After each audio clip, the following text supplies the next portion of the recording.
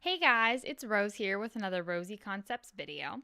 If you've listened to the song Supercut this month, you may recall in the bridge when the music gets stripped back and we hear Lorde singing in what sounds like the next room over. It's a super cool effect that can give a lot of meaning to your songs, so I thought today we would go over a few techniques to try and replicate that.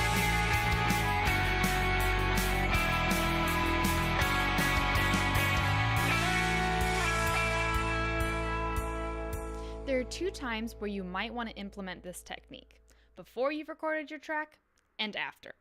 If you haven't recorded yet and you know you want that far away sound, the easiest way to get it is to just move the artist away from the microphone. Maybe put a door or a blanket in between them, depending on how much direct signal you want. You can experiment a lot with mic placement on this because it all comes down to how you want this exact track to sound. Here's some examples of those techniques. This is a vocal track recorded with the microphone behind a door.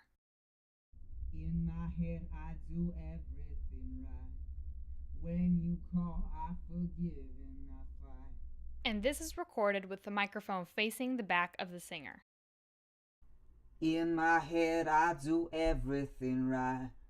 When you call, I forgive and I fight. This is recorded with the microphone 5 feet away from the singer.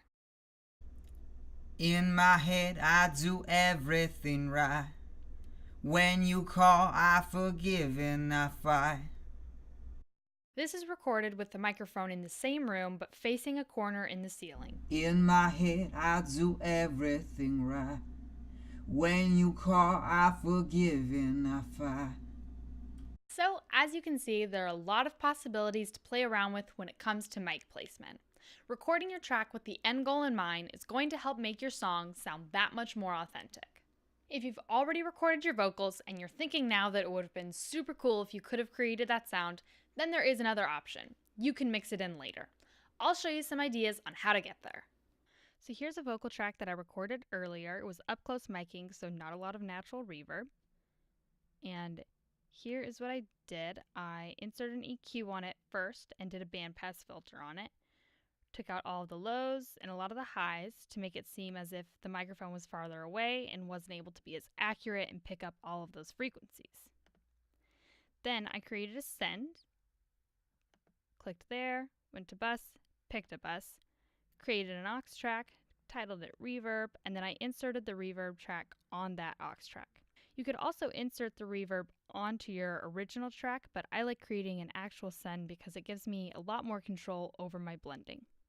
I went in here earlier and picked out a room sound that I liked and messed with the settings to get it closer to what I wanted it to sound like, and always set it to 100% wet. Then I went and EQ'd after my reverb again, did another bandpass filter of the lows and highs, and then I took out about 6.5K and I boosted about 1.5K. So this is what it's going to sound like with no processing.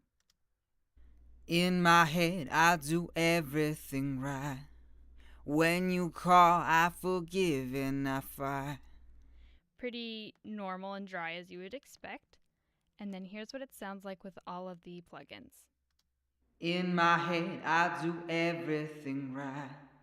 When you call, I forgive and I fight. As you can see, it's definitely sounding a lot farther away and has a lot more blockage in the way. Or you could do a more dramatic version and solo only your effects, and it'll sound like this. In my head, I do everything right. When you call, I forgive and I fight. Definitely sounds a lot farther away, like it was recorded from a next room over.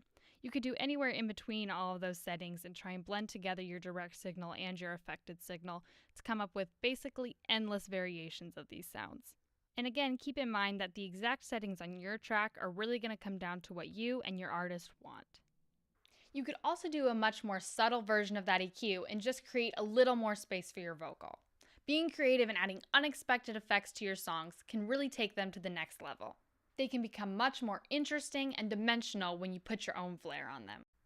Well, I hope this has made you guys want to experiment with your mic placement and processing a little bit more. A different sound will always set you apart. Go ahead and comment one of the weirder or more creative types of placement and processing that you've done so we can go try them ourselves. I'll see you guys next week with another Rosy Concepts video. See ya!